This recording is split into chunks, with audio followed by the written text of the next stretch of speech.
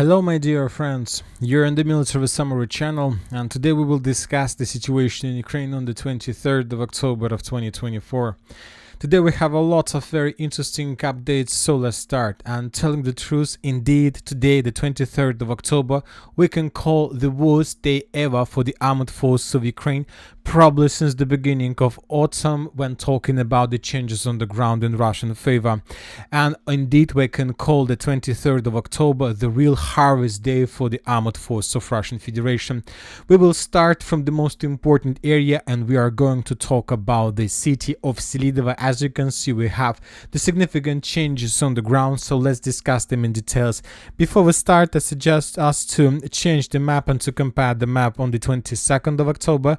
And this is the situation on the ground. As you can see, by the end of the 22nd of October, the Russians just established control over the eastern part of Selydove, and furthermore, that information we, let's say, accepted as a contested area, and the Russians managed to enter the northern part, just a small gains. And as for the 23rd of October, we see the significant changes on the ground, including the southeastern part. Basically, from this configuration of the city of Selydove, we can make a conclusion that Ukrainians were completely defeated on the territory of the settlement, and most likely this upcoming night from the 23rd to the 24th of October, or from the 24th to 25th of October, are going to be the last nights for the armed forces of Ukraine on the territory of this settlement.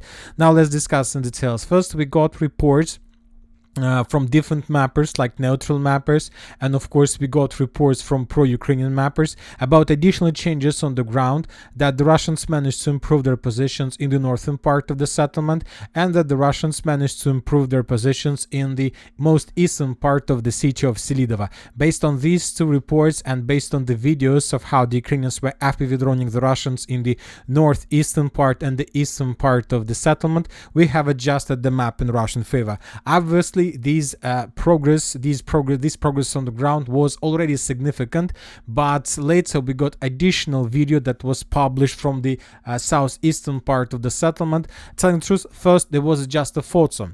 Some pro-Russian sources published this photo, and there is a picture. You can see two buildings, the roofs of two buildings. This is the first buildings and this is the second one. And the author of this video is saying that Selydove, right in front of the central market, above the 9 storage building, the Russians raised a victory flag. So this is a very small red point above this big building is Russian victory sign that was established in the central part of Selydove. But it was too early to make any changes on the ground based just on this photo, because the Russians might let's say establish the flag above this building, let's say using FPV drones or something like this. But anyway, as a result of this flag, as a result of this picture, we have adjusted the map in the southeastern part of Selydove into the gray zone. So there were no color above this territory at all. So starting from the central market to the most southeastern part of Selydove, there were no color at all. And later, probably a few hours after we received the picture with the Russian flag, we got another video from the central part of Selydove, and this is the video. And this is already a video, not just a picture. As you can see, and in this video we can see the Russian flag that was raised above the very big building. So this is very important, and based on this video we have adjusted the map in Russian favor in the most eastern, the eastern and the southeastern part of the settlement. Another important thing that I would like to point your attention is that let's take a look, let's zoom out a little bit. This is it, this is the moment, and from this zoom we can see two areas with the fog of fire, with the fog, with the, let's say, consequences of artillery strikes, of explosions. The first one is taking place in the northern part of the picture, and the second part is taking place in the right corner, in the left corner. So based on these two pictures, we can make a conclusion that in these two places there were very heavy clashes. And as for the northern smoke, the smoke is coming exactly from this territory. So maybe this is the reason why the Russians haven't published us any video from this 9 story storage buildings because there are very heavy clashes, and basically the Russians couldn't do this. So that's why they made the video from a little bit further positions in the southeastern direction. Anyway, as we discussed, we can start counting probably hours or days when the city of Selydove falls, and most likely, according as different mappers and different military experts confirms, most likely the city of Selydove would be captured by the Russians before November comes. So just few days and the Ukrainians will retreat completely from the territory of this settlement. Now let's move further and let's talk about the western part of Tsukurne. As you can see, we have also added additional changes on the ground. Let's compare first the map. This is the situation on the ground on the 22nd of October, so yesterday in the evening, and this is the situation on the 23rd of October, and as we can see, the Russians managed to improve their positions and to take under control the significant number of trenches, the fortifications, including 2 company strongholds in the northwestern direction of the city of the village of Tsukurne. This is the first one, and this is the second one. We have changes on the ground that were confirmed by pro-Ukrainian mappers. For example, pro-Ukrainians are saying that the Russians captured just the western farms. As for neutral mappers, they're saying that the Russians both captured the western farms and 2 company strongholds. Furthermore, we have additional video, very important video, and let's discuss this video in details. In this video, for example, we can see destroyed Ukrainian armored vehicle in the most western part of the Tsukurina farms. Most likely the tank or armored vehicle was destroyed as a result of Russian anti-tank strike, or maybe as a result of FPV drone attack. And in the final part of the video, we can see another Ukrainian abandoned vehicle to the north from this position. And as you can see, there is a Ukrainian vehicle that was abandoned, and the Russians raised the flag above the roof of this personnel carrier. The Ukrainian vehicle was destroyed in this part of the to the west of Tsukurne, and the Russians raised the flag exactly in this point.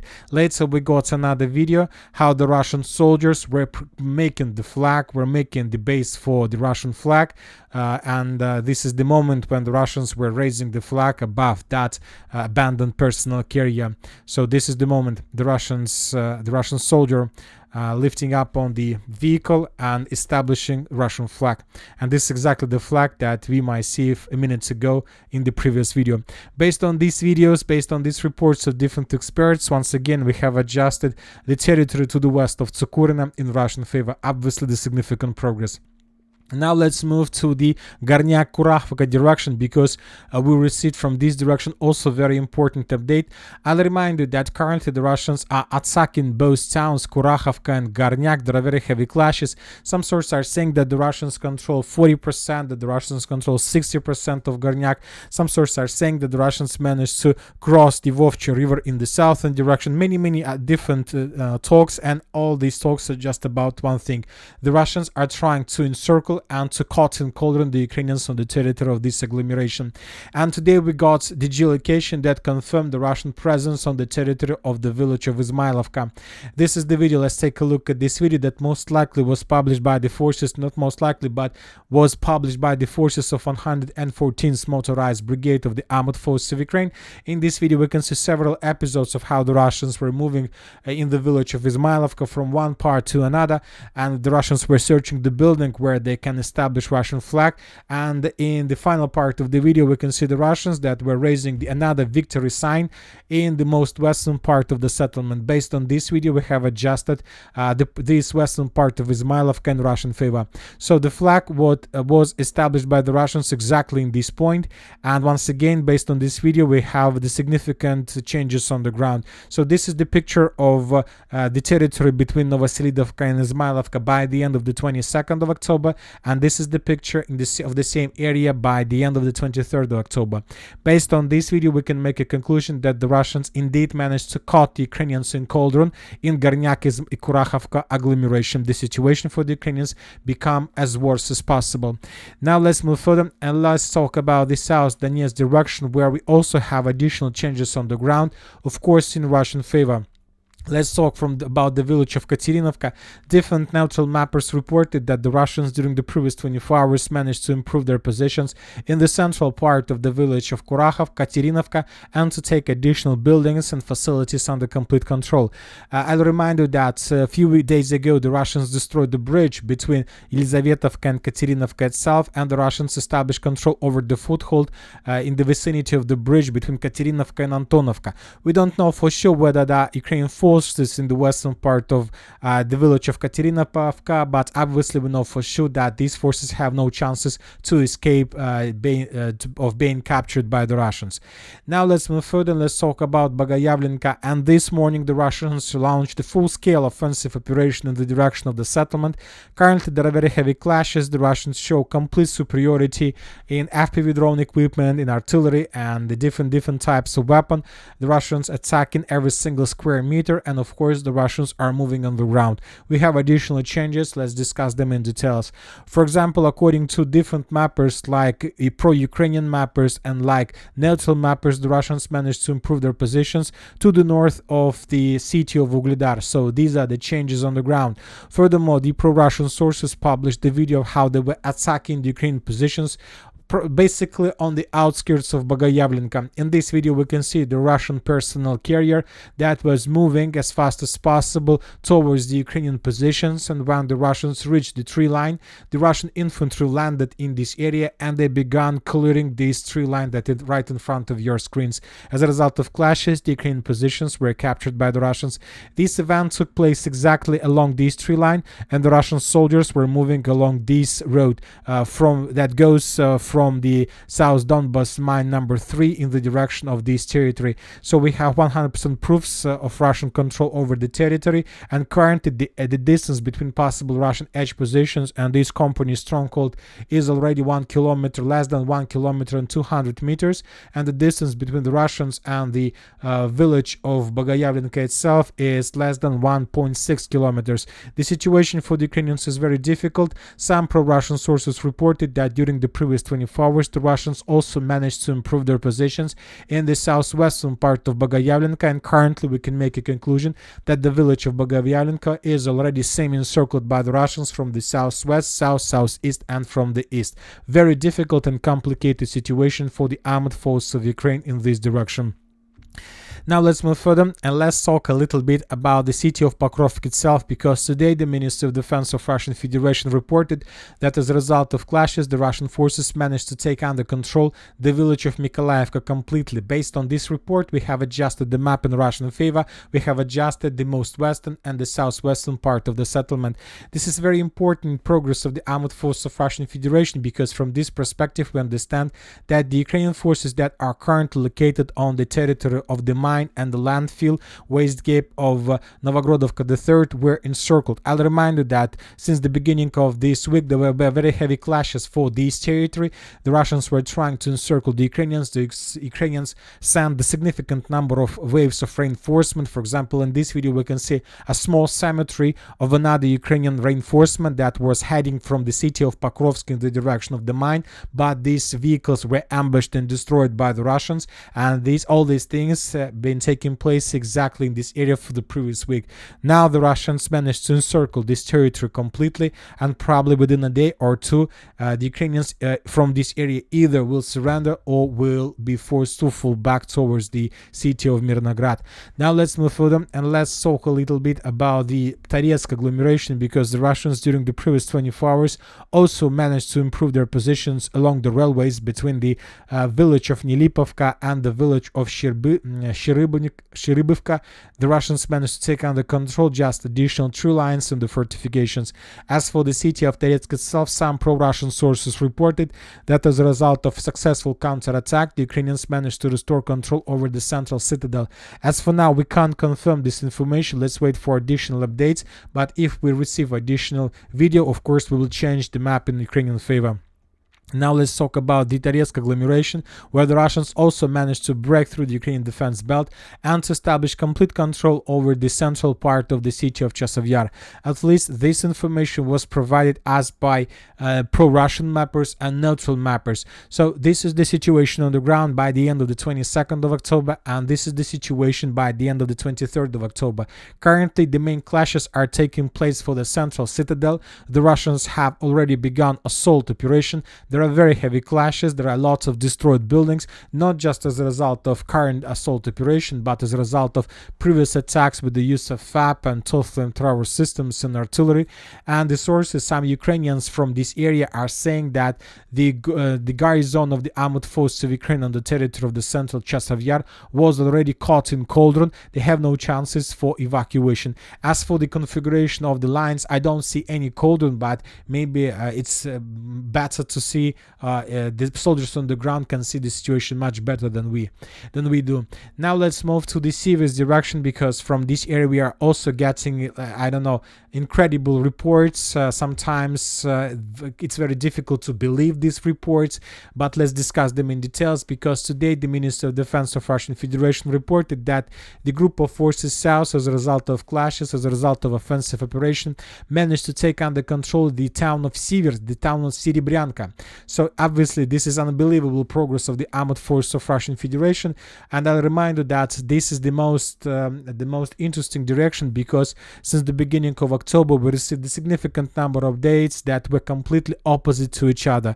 First, the Russians reported about complete control over Verkhnykamenska, then the Russians reported about control of Grigorovka, then some pro-Russian military experts reported that those updates were fakes, and we adjusted the map back in Ukrainian favor or back in contested area. And now the Minister of Defense reported about additional progress along the Seversk river, and that the Russians captured the last city right in front of the city of town of Siversk. Obviously this is significant progress if this information is correct.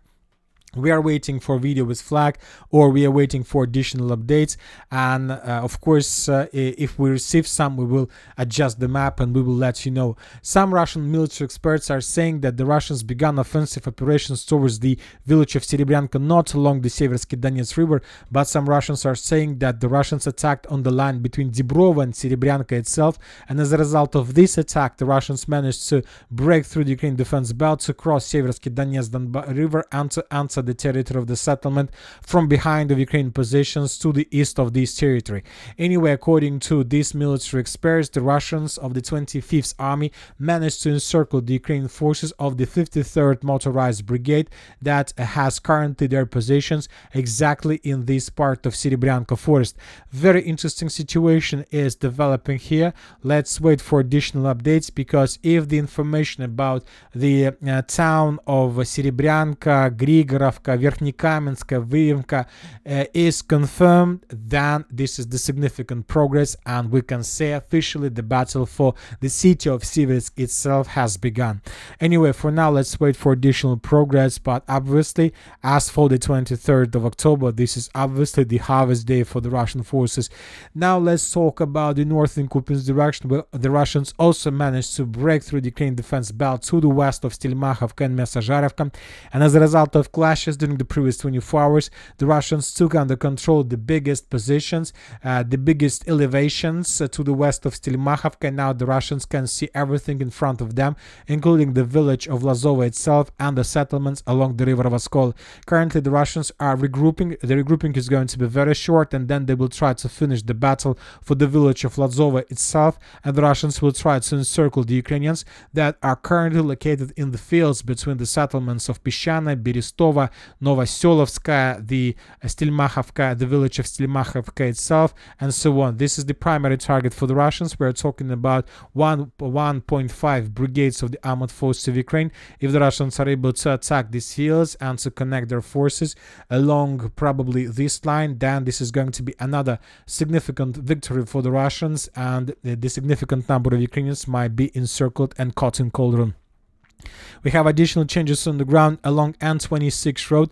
This video is very important because in this video we can see the significant number of Russian armored vehicles and tanks and personnel carriers that were moving along the main road N26 from the settlement of Kotlarovka, Kislovka towards the village of Petropavlovka. The Russians were moving along this area and the Ukrainians were, let's say, meeting them with FPV drones. Obviously, the Ukrainians didn't show us the exact and the real progress on the ground. Most of the attacks, FPV drone attacks, took place exactly in this area, but I believe that most likely the Russians managed to move even further, and most likely currently we can already color everything inside of this red line in Russian favor. Anyway, we are going to wait, of course, until we get real geolocations, but something tells me that this is the progress of the Russians that they managed to achieve during the previous 24 hours. But anyway, let's wait for additional updates from different mappers and from different sources. Now let's move to the Sukhyi direction, where we can see very heavy clashes between the Russians and the Ukrainians. Currently, the Ukrainians are trying to hold the lines or to continue on blocking the operation with the purpose to escape the complete encirclement in this artillery pocket and to allow or to give the Ukrainians necessary time for evacuation from this side in the southern direction. Let's wait what is going to be next, but one thing I can tell for sure, that the significant number of Ukrainian forces were blocked by the Russians in the Kursk and in the Sukhyi direction, while these troops could play the significant role and the significant part in defense operations of the armed forces of Ukraine on the line between the city of Pokrov itself and the city of Ogledar. But the Ukrainians can't do anything because they stuck in the Sukhyi direction. And while all these clashes that are developing in Russian favor, currently there is the BRICS Summit in the city of Kazan. Very important summit. We have already the leader of China, Xi Jinping. We have already the Prime Minister of India, Modi. We have the President of South Africa, Ramaphosa. We have the President of Turkey, Erdogan. We have the President of Egypt, Sisi. We have the President of Belarus. We have the Prime Minister of Indonesia. We have the Nicolas Maduro, the president of Venezuela. Lots of leaders are coming to Kazan with the purpose to discuss with Putin the future of the world. And you know, the people are calling this summit as the summit to fight dollar. But it's a very simple explanation. Of course, these leaders are going to do this. But as for me, I would like to share with you my opinion. I see this, and this summit, this BRICS summit in Kazan, reminds me not an attempt to fight the dollar. This summit reminds me Yalta conference that took place in 1945, right before the end of the Second World War, where the countries, the United Kingdom, the Great Britain, United States of America, and Soviet Union were deciding how are they going to build the world after the end of the Second World War. And as I understand, now this Kazan conference, this Kazan summit is the same as Yalta conference in 1945, where these countries, where these leaders are planning to build completely new world after the end of the war in Ukraine. And that's it for today. Military Summary channel reminds we condemn any violence in the world. Thank you for watching. Subscribe to my channel, put your likes, join my Patreon, and have a good day. Bye bye.